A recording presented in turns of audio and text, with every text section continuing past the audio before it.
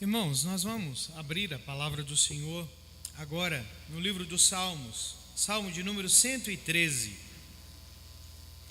Texto da palavra do Senhor do livro dos Salmos, Salmo de número 113.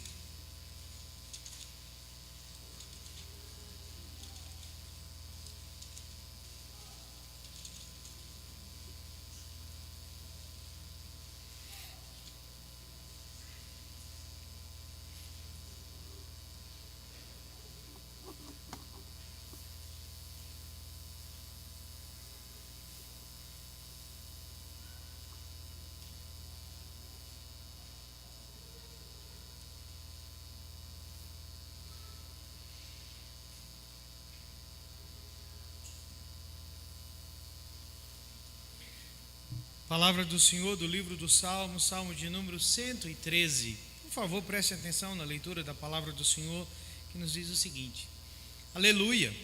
Louvai, servos do Senhor, louvai o nome do Senhor.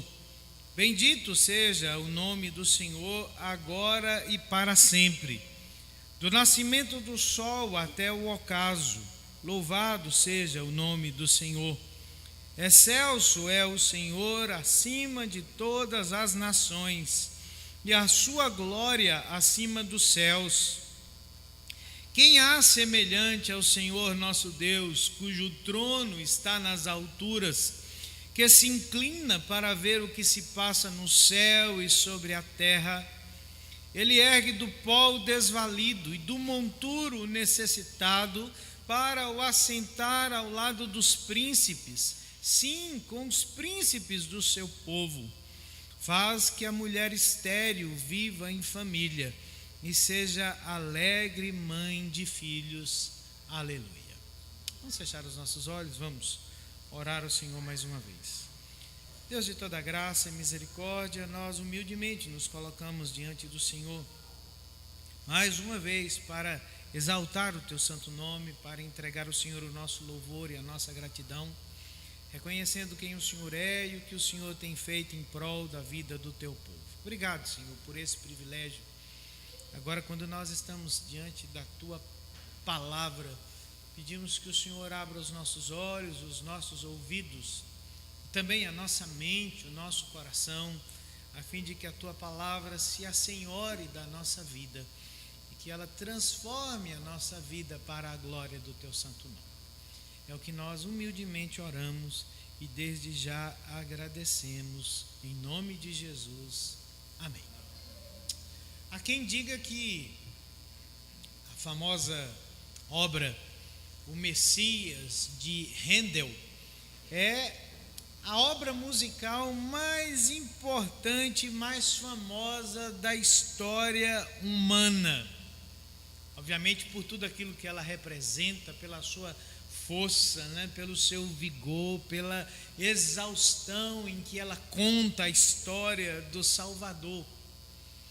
E a vida de Handel é uma vida muito interessante, porque sendo compositor nascido na Alemanha em 1685, os seus pais tinham como propósito, objetivo para a sua vida, que ele se tornasse um advogado.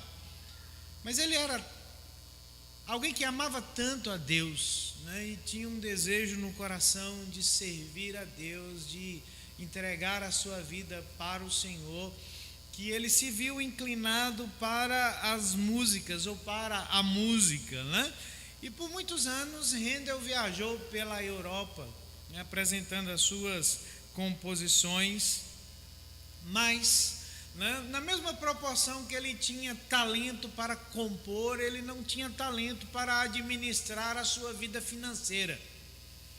E de revés material em revés material, ele se viu obrigado a mudar a sua compreensão musical, Ele até então fazia composições de natureza semelhantes às óperas italianas, e ele então passou a compor oratórios, que eram composições cujo propósito era dramatizar ou encenar textos bíblicos de personagens bíblicos para ensinar verdades a respeito de Deus. Pois bem, ele então se propôs a construir, a elaborar a sua obra, né, a grande obra chamada O Messias, que ele iniciou em 1741.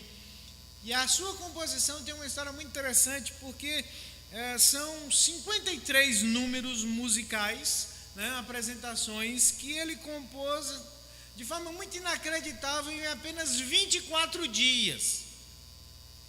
E quando Handel foi apresentar a sua obra, a apresentação inicial aconteceu na cidade de Dublin, na Irlanda, no dia 13 de abril de 1742. E naquela ocasião estava presente lá no salão o rei da Inglaterra, né? O rei da Grã-Bretanha, George II. E diz que quando chegou a hora do famoso coro dos aleluias de Handel, o rei imediatamente ficou de pé. E todo mundo, em reverência à postura do rei, ficou de pé. E a partir daquele momento se criou uma tradição que o oratório Messias é apresentado, e quando se chega ao final, né, no período dos aleluias, todo mundo fica de pé para reverenciar o Rei dos Reis e o Senhor dos Senhores. Há quem diga que o rei Jorge II sofria de gota. E, né, naquele momento ele estava lá com os pés meio maltratados, né, as pernas meio cansadas, e ele ficou de pé por causa da gota, né, e todo mundo, em reverência ao rei, ficou em pé, e essa tradição foi criada. Mas há quem diga que não, que o rei Jorge II reconheceu que, mesmo sendo o rei mais importante do mundo naquela ocasião, ele servia como um simples súdito do Rei dos Reis e do Senhor dos Senhores. Foi criada uma tradição. Mas há uma história muito curiosa sobre o Aleluia de Handel, que diz que Handel passou uma semana lutando para compor o Aleluia. E ele tinha um empregado que o servia fielmente, e via o seu senhor trancado no seu escritório lá, no seu gabinete, e ele ia lá, colocava as bandejas de refeições lá, o café da manhã, o almoço, o jantar de Handel, e ele chegava e depois descobria que aqueles alimentos estavam intocáveis. Ele ficou preocupado, ele sabia que esses músicos são pessoas excêntricas, né? Mas teve um dia que ele não aguentou, depois de uma semana, abriu o escritório, e quando ele chegou lá, ele viu uma cena inusitada. Ele encontrou o compositor Handel, né, meio que encolhido, chorando. E ele ficou preocupado, perguntou para o seu senhor o que tinha acontecido. Ele disse assim: olha, eu vi os céus, eu vi a face de Deus. Ele havia composto talvez a parte mais conhecida, né, dessa obra magistral que é executada Natal após Natal, que nos conta essa história maravilhosa a respeito da vida e da obra do Messias, concluindo com o Aleluia. Semana passada nós começamos aqui falando sobre estes textos, né, que são relacionados ao Aleluia, porque Jesus cantou esses salmos, Salmo 113 até o Salmo 118 na última ceia, como parte, né, daquilo que era a liturgia da Páscoa e das grandes festas religiosas judaicas, né? O Talmud judaico chama esses textos, esses salmos, de Halel egípcio, por causa da expressão hebraica Aleluia, né? De onde nós conhecemos a palavra aleluia, que significa literalmente louvai ao Senhor. E egípcio por causa do Salmo 114, que fala a respeito do êxodo, né? Então, de acordo com esses textos, o significado deles para nós é que eram salmos que eram entoados para falar daquele grande momento de redenção da história do povo de Deus, quando eles foram libertos do Egito com mão poderosa. Obviamente, se Jesus cantou isso, antes de sair para a sua obra também de salvação na cruz, esses cânticos eles devem ter um significado especial para nós, porque é o autor dos salmos que está cantando as suas próprias poesias, a sua própria composição. Elas têm uma mensagem para nós. Do que se trata? São cânticos da redenção. Jesus está ligando aquele grande momento da história do Antigo Testamento, do cativeiro, da libertação do Egito, com esse grande êxodo que culmina também na cruz do Calvário. Por isso que nós devemos olhar, irmãos, para esses textos e considerar o que eles nos ensinam. E o Salmo 113, ele é muito curioso nesse sentido, porque ele é o primeiro desses salmos do Halel egípcio. E se vocês prestaram atenção no texto, na leitura, ele começa com o aleluia e ele termina com o aleluia. E há um propósito nisso, Deus deseja comunicar aos nossos corações alguma coisa a respeito de adoração. E esse pequeno salmo tem alguns ensinamentos preciosos para nós. O primeiro deles é a convocação que o salmista nos faz para a adoração. Do verso 1 ao verso 3, o texto diz assim: aleluia, louvai servos do Senhor, louvai o nome do Senhor, bendito seja o nome do Senhor, agora e para sempre, do nascimento do sol até o ocaso, louvado seja o nome do Senhor. O salmista está fazendo uma chamada para a adoração. E esta chamada começa e termina com uma intimação para nós. Ele diz, aleluia. E é curioso como aleluia se tornou para nós uma palavra meio que sem sentido, sem significado, ainda que nós conheçamos o coro de aleluias de Handel. E não sei se você já presenciou isso, mas como pastor a gente presencia algumas coisas. Eu já vi o aleluia de Handel sendo cantado num casamento. Você certamente já viu isso. E quando ali está, não é para glorificar a Deus, é meio que como um sinal para finalmente esses casaram. Gente que parece que não tinha esperança de casar na vida, a noiva, o noivo, aí casam-se e aí alguém canta lá o aleluia de Handel. Finalmente o casamento saiu. Há uma história curiosa que diz que um pastor estava pregando um sermão na sua igreja e no final do culto ele ficou à porta lá e para cumprimentar os crentes, e um menininho passou lá, pegou na mão do pastor e falou assim: belo sermão, pastor. O pastor ficou curioso, falou assim: o menino entendeu o meu sermão. Falou assim: por que você achou o meu sermão bonito? É porque quando terminou, meu pai falou assim: aleluia, Tomara que no final do culto aqui ninguém venha com esse aleluia para o meu sermão. Mas aleluia ganha essa conotação de finalmente, até que enfim.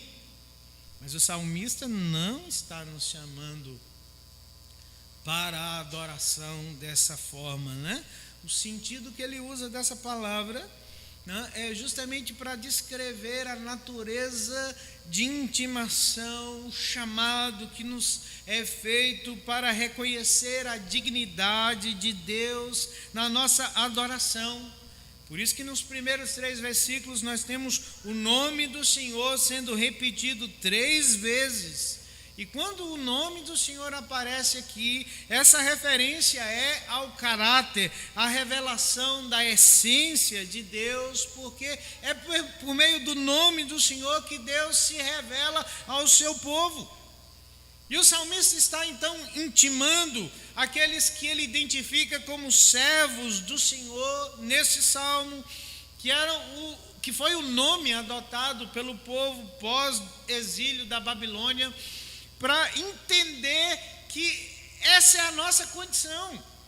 Se nós olharmos o Salmo 137, quando o povo de Deus foi levado para o cativeiro da Babilônia, é dito ali que os salmistas, ou o povo do Senhor, se recusou a cantar um hino ao Senhor enquanto era levado para o cativeiro, ainda que as nações pedissem, né, que o povo do Senhor adorasse ao Senhor, aquele povo que volta do cativeiro.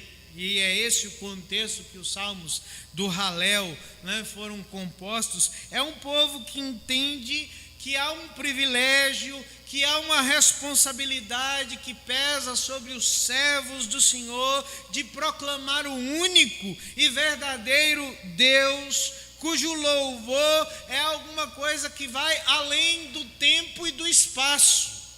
Por isso que no texto o salmista diz assim: hoje e para sempre, agora e sempre, nós devemos louvar o Senhor, e do nascimento do sol ao ocaso, ao findar do dia, Deus deve ser adorado, Deus deve ser louvado, engrandecido.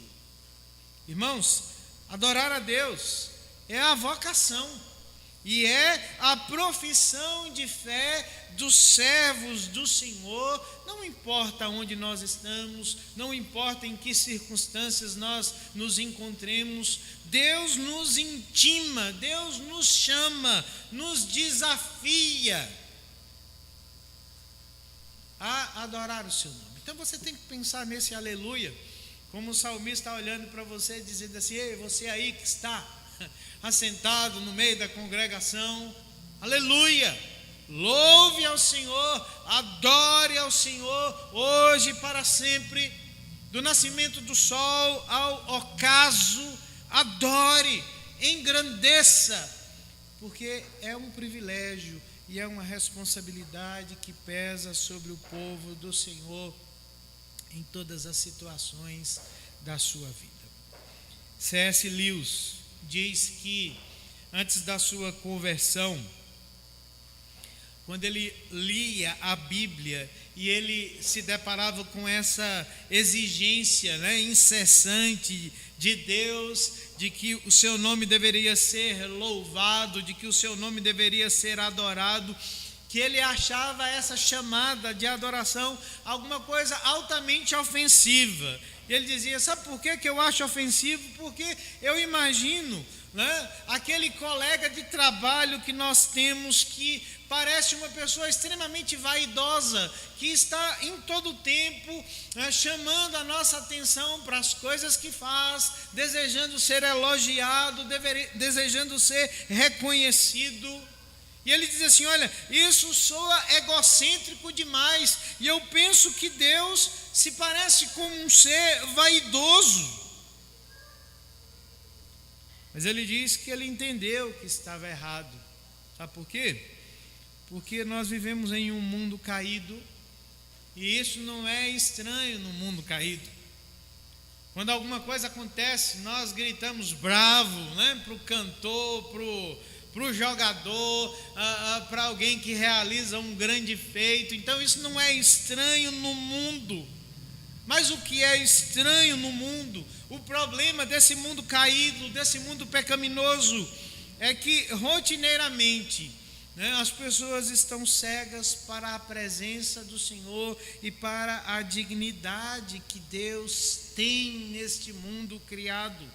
Assim, quando o salmista, no Salmo 113, nos chama, nos convida para adorar, nos convoca para a adoração, não é arrogância de Deus, não é vaidade de Deus, mas é a chamada, né, para que nós respondamos de forma adequada à dignidade do Senhor, que só pode ser de uma forma. A Bíblia diz que Ele precisa e deve ser adorado, né, hoje e para sempre, do nascimento do sol ao ocaso. Louvado seja o nome do Senhor. Mas seguindo no texto, O salmista não nos deixa, com um conceito abstrato de adoração ao Senhor, porque depois da sua chamada, ele então vai nos apresentar duas razões ou dois motivos específicos pelos quais nós somos intimados a adorar o Senhor.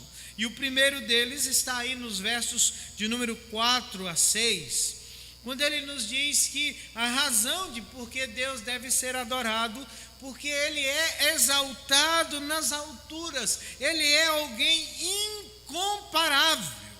Preste atenção na leitura da palavra do Senhor mais uma vez. O texto diz: excelso é o Senhor acima de todas as nações, e a sua glória acima dos céus.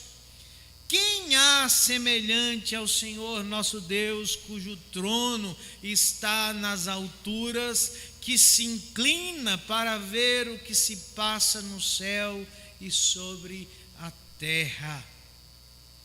Uma razão para a adoração é o caráter incomparável que Deus tem. Na teologia nós chamamos isso do aspecto transcendental de Deus. Deus é transcendente, Ele é completamente outro. O salmista diz: com quem nós podemos comparar o Senhor? No verso de número 5, essa é uma pergunta, irmãos, que várias vezes ela acontece nas Escrituras Sagradas. É uma boa questão, é uma boa pergunta, para a qual nós só temos uma única e a mesma resposta sempre. Ninguém pode ser comparado a Deus. Só que a questão levantada pelo salmista é o centro do Salmo 113. É uma questão retórica, ela não precisa de resposta, porque a resposta é óbvia. Deus não pode ser comparado a ninguém. Deus é um Deus grandioso, que nós não conseguimos mensurar a sua grandiosidade nas nossas vidas. E todas as vezes que nós pensamos em Deus, todas as vezes que nós nos referimos a Deus, toda a nossa linguagem, irmãos, ela é insuficiente para compreender, para abarcar algum tipo de conhecimento sobre Deus. Nós usamos analogias no desejo de conhecer mais, de entender mais a respeito de alguns aspectos de Deus. É por isso que nós dizemos que Deus é um Pai amoroso. Nós dizemos que Deus é um guerreiro poderoso. Nós nos referimos a Deus como sendo criador de todas as coisas, sustentador de todas as coisas. Nós dizemos que Ele é o nosso único redentor. Mas no final, nós temos que concordar que nada que nós conhecemos pode ser usado para mensurar Deus ou para compreender Deus no universo. Me lembro que de uma foto, melhor dizendo, que é uma foto muito icônica no cenário internacional. No dia 14 de fevereiro de 1990, a sonda da NASA, a Voyager 1, tirou uma foto a uma distância de 6 bilhões de quilômetros da Terra. E a foto que ela tirou, mostrava um raio de sol e um pequeno ponto em meio a esse raio de sol. Aquela foto ela foi intitulada de O Pálido Ponto Azul. E foi pedido para o famoso astrônomo Carl Sagan. Quem se lembra do Carl Sagan aí dos anos 80, na famosa série Cosmos, para que escrevesse um texto sobre aquela foto, porque aquela foto pertencia a um álbum chamado Retratos de Família. E Carl Sagan escreveu um texto muito bonito, se tornou um dos mais conhecidos textos dele, aonde ele nominou foto, né, e aquele texto com o pálido ponto azul. E eu tive aqui o cuidado de retirar uma parte desse texto que nos interessa nessa noite, quando ele fala sobre como era a visão da terra apoiada sobre aquele raio de sol. Ele dizia o seguinte: olha, considere esse ponto, é aqui, é o nosso lar, somos nós, nele, nesse ponto, todos que você ama, todos que você conhece, todos que você já ouviu falar, todo ser humano que já existiu, viveram suas vidas nesse ponto.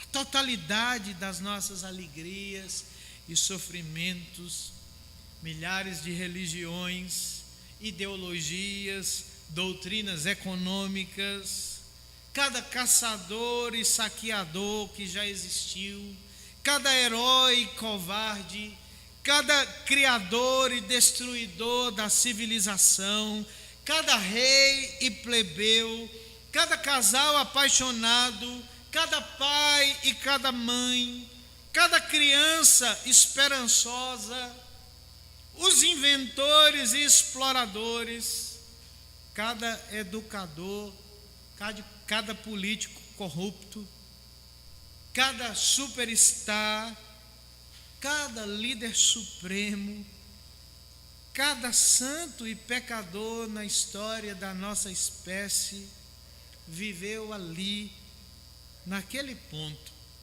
em um grão de poeira suspenso em um raio de sol. Ele diz assim: a terra é um palco muito pequeno em uma imensa arena cósmica. É um texto bonito, o texto de Sagan, mas ele escreve, obviamente, da sua perspectiva materialista, né, e ateísta da vida, para dizer que nós somos simplesmente isso, esse pequeno grão de areia suspenso em um raio de sol, que nós não devemos nos orgulhar de nada, que nós não devemos pensar de nós mais do que nós realmente somos. A NASA viu isso em fevereiro de 1990. Mas é curioso que, se você olhasse por uma perspectiva mais ampliada dessas coisas, se nós pudéssemos viajar a uma velocidade da luz, sabe quantos anos nós levaríamos para chegar ao centro da nossa galáxia, a Via Láctea? 33 mil anos. A nossa galáxia, a Via Láctea, pertence a um grupo de 20 galáxias de um grupo local. Para cruzar esse grupo local, né, nós teríamos que viajar 2 milhões de anos. Esse grupo local pertence a um grupo mais amplo, um aglomerado de virgem, né, que pertence ao superaglomerado local, que nós teríamos que cruzar em um período de 500 milhões de anos na velocidade da luz. Sabe quantos anos nós levaríamos para cruzar o universo todo?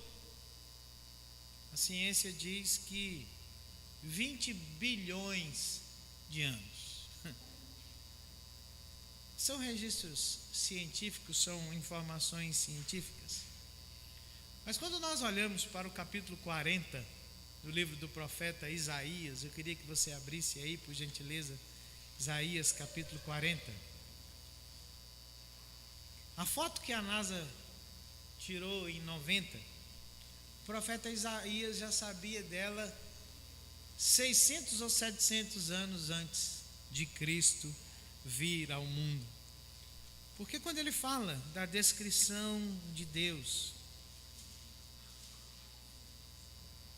a partir do verso de número 15, ele descreve como nós somos para Deus. E ele diz assim: eis que as nações são consideradas por ele, Deus, como um pingo que cai de um balde e como um grão de pó na balança. As ilhas são como o pó fino que se levanta. Verso 17: todas as nações são perante ele como coisa que não é nada. Ele as considera como menos que nada, como um vácuo. Com quem comparareis a Deus? Ou que coisa semelhante nós confrontaremos com ele? Isaías diz que Deus é maior que o universo, que ele merece ser adorado, que ele deve ser exaltado pela vida do seu povo, porque ele é um Deus que é incomparável. Nós não temos outro semelhante ao Senhor. Nós cantamos aqui, essa é a razão primeira da nossa adoração ao Senhor. Nós temos um Deus que é grandioso.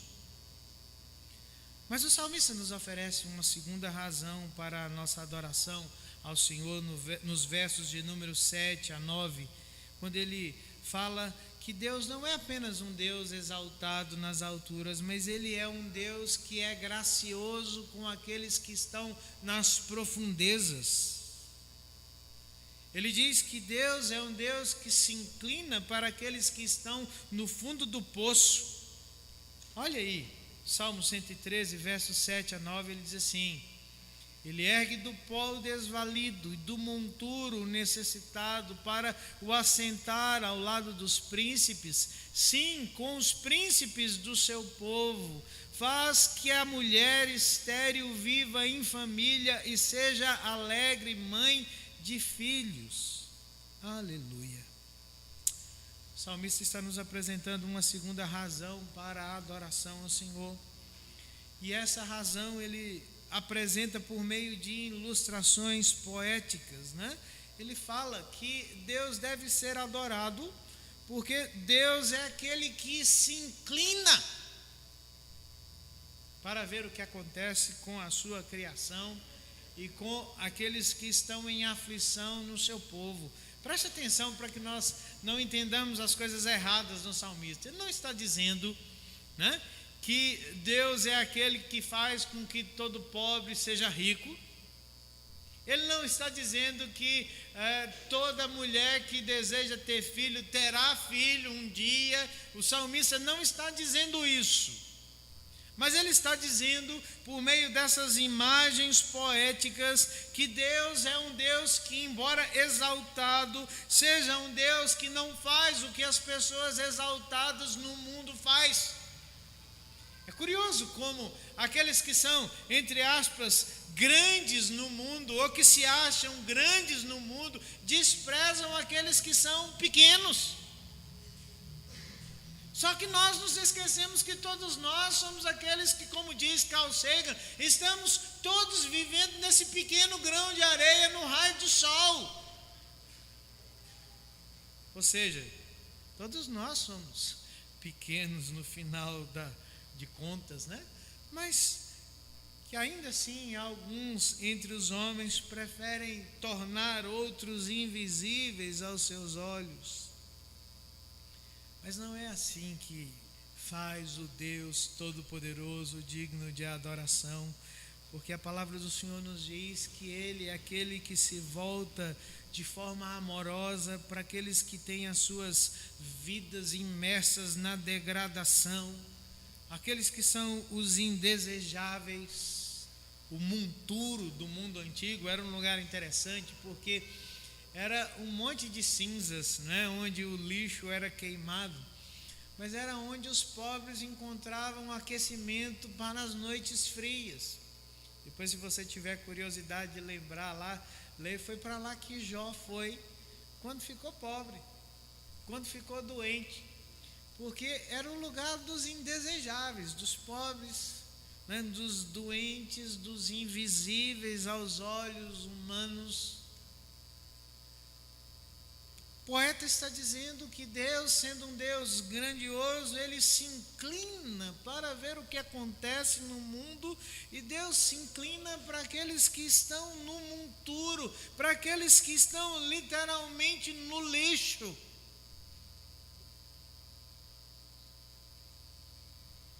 Que Deus se interessa pelos estéreis, pelos amaldiçoados da sociedade. E o interesse de Deus não é mera curiosidade, né? Mas a palavra do Senhor nos diz que esse Deus, sendo tão grande, Ele mergulha nas profundezas da sua criação, indo até o fundo do nosso poço para revelar graça aos vulneráveis, para trazer graça e esperança para aqueles que estão em completa degradação. Agora, lembre-se da foto que eu mencionei agora há pouco para vocês. Como é que um Deus que está fora do universo pode entrar em um grão de areia? Só Deus faz isso. É por isso que quando nós lemos a história do Egito, quando Deus chega para chamar Moisés, Deus diz assim: olha, eu me inclinei, eu desci, e eu vi o sofrimento do meu povo, eu ouvi o clamor do meu povo, e eu vim para salvá-los. Eu vim para mudar a história deles. Quando Jesus canta este cântico no dia da última ceia, Ele está nos dizendo isso, irmãos. Ele está dizendo que Ele é o Deus exaltado nas alturas, o Deus que está fora do universo, o Deus que é Deus incomparável, mas que mergulhou tão fundo na nossa história, que Ele vai fazer o que é impensável. Ele vai à cruz para nos resgatar da nossa degradação. É por isso que só a cruz de Cristo tira o homem do lixo, do monturo que é os seus pecados, e o coloca no trono. Somente a cruz de Cristo torna a nossa alma estéril em uma alma viva, em uma alma frutífera. Porque em Cristo Jesus, Deus se tornou um de nós, o que é impensável quando nós consideramos a grandiosidade de Deus, para que cada um de nós nos tornássemos como Deus é, como Jesus Cristo é.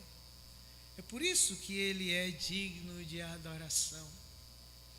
C.S. Lewis diz que Deus está tão longe de nós, mas ao mesmo tempo Ele está tão perto de nós em Cristo Jesus, que não é possível não chegarmos à conclusão de que Deus é Deus digno de louvor e de toda a adoração. Nós só podemos começar com louvor, com adoração, e nós só podemos terminar com adoração. Porque esse Deus grandioso mergulhou fundo na nossa história para trazer redenção para o nosso pecado e para a nossa condição de infertilidade e de esterilidade. A adoração ao Deus Todo-Poderoso.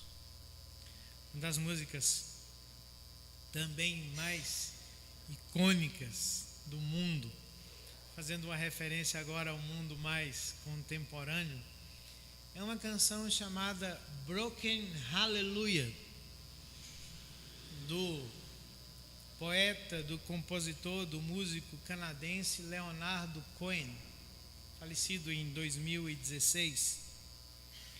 E Leonard Cohen apesar da sua origem judaica, era um homem fascinado pela pessoa e pela obra de Jesus Cristo.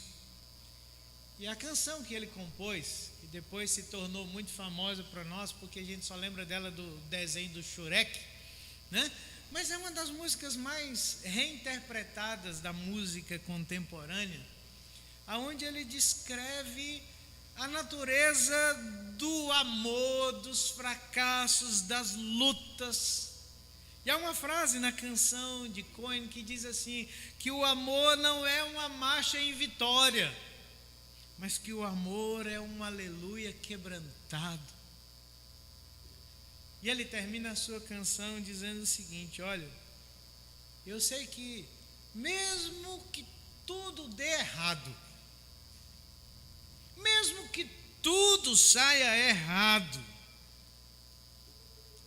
eu estarei diante do Senhor da música, com nada mais nos meus lábios do que um aleluia quebrantado. Alguns terão um aleluia santo, mas eu estarei lá com um aleluia quebrantado. É claro que Leonard Cohen está falando do seu jeito, do seu modo, que toda a nossa história vai terminar em adoração, querendo nós ou não. Porque o apóstolo Paulo diz isso, escrevendo aos Filipenses, nós vimos aqui, ele diz assim, que todo olho verá, todo joelho se dobrará, e que toda língua confessará que Jesus Cristo é o Senhor, para a glória de Deus Pai.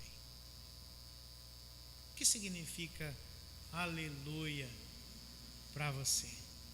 O que significa ser chamado em adoração pelo Deus Todo-Poderoso para se prostrar diante dele, reconhecendo o seu caráter incomparável? Ele é um Deus tão grande, imensurável, mas ao mesmo tempo é um Deus perto de nós, um Deus que mergulhou na nossa história, um Deus que entrou no grão de areia, por minha causa e por sua causa. Nós somos aqueles que se assentam no monturo, nós somos os estéreis, mas Deus não ignora o clamor do seu povo. Ele vem e Ele nos resgata. Por isso que todos nós, diante dEle, só podemos lhe oferecer um aleluia quebrantado. Nós vamos encerrar